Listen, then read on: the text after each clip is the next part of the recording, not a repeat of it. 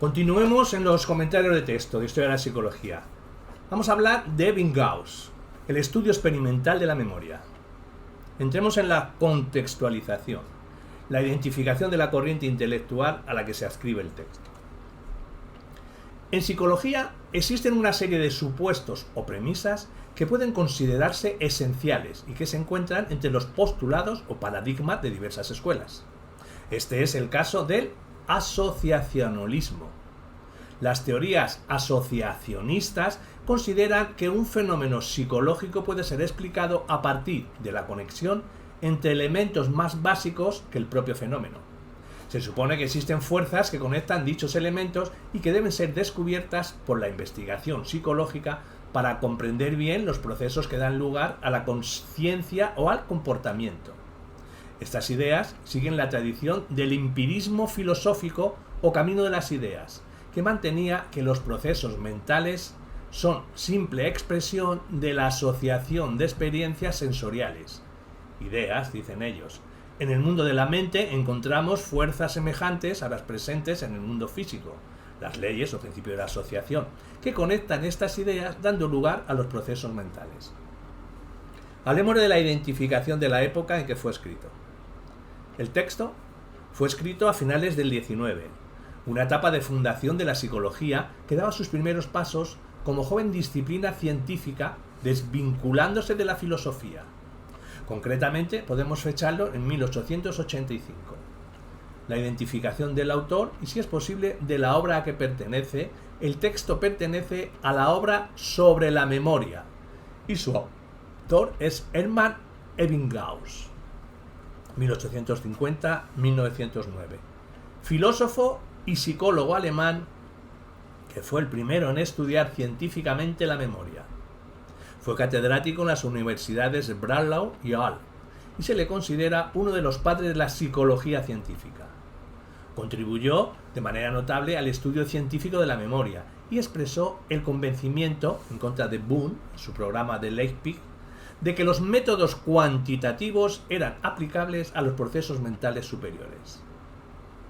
Hagamos un resumen. En cuanto al tema, el autor describe la metodología experimental empleada por él para estudiar los procesos de aprendizaje y memoria, en el cual utiliza series de sílabas sin sentido. Hablemos de la estructura.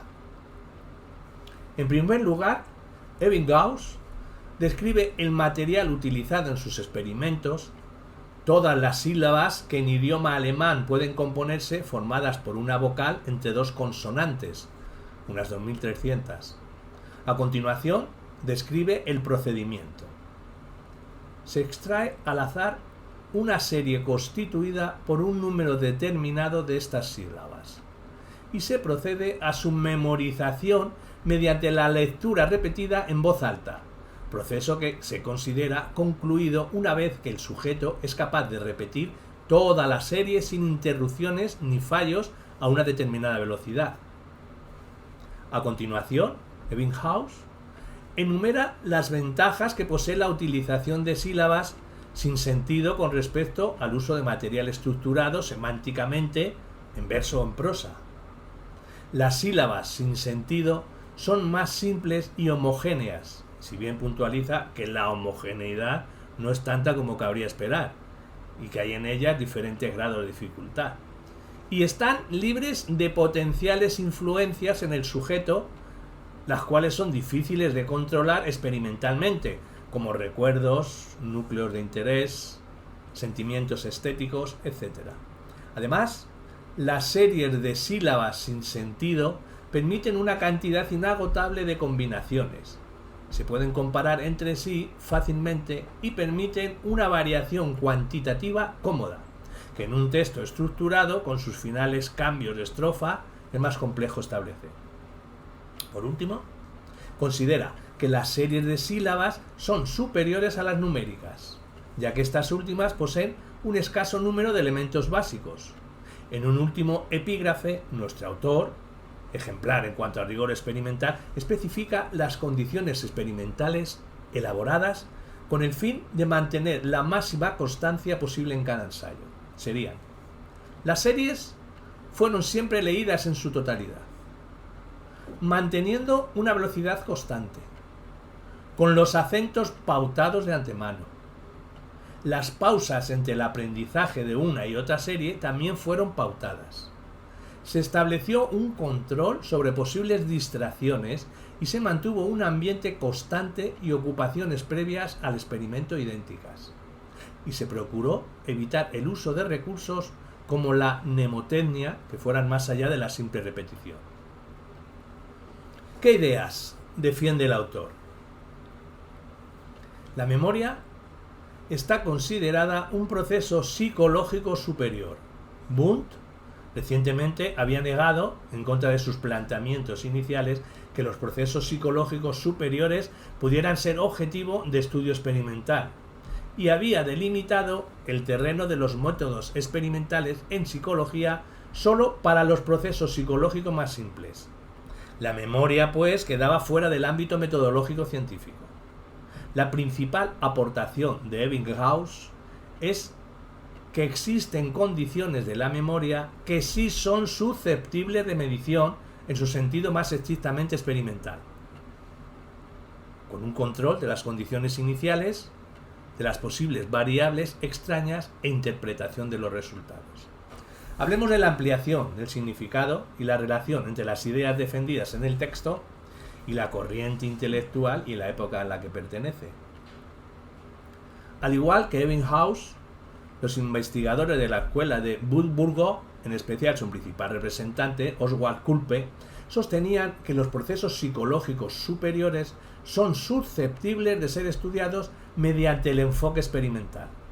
Sin embargo, los resultados a los que llegaron, en especial el concepto de pensamiento sin imágenes, fueron muy controvertidos, y su enfoque experimental, basado en una introspección rigurosa, similar en ciertos matices al psicoanálisis, fue muy criticado. Titchener, por su parte, valoraba enormemente la metodología de Ebbinghaus y elogió como un gran hallazgo sus series de sílabas sin sentido. Ambos, Titchener y Ebbinghaus, son asociacionistas convencidos, pletóricos de optimismo positivismo, y confiaron más que Boone en el alcance de la metodología experimental enfocada al estudio de la conciencia. De hecho, a ambos se les ha criticado por su elementalismo.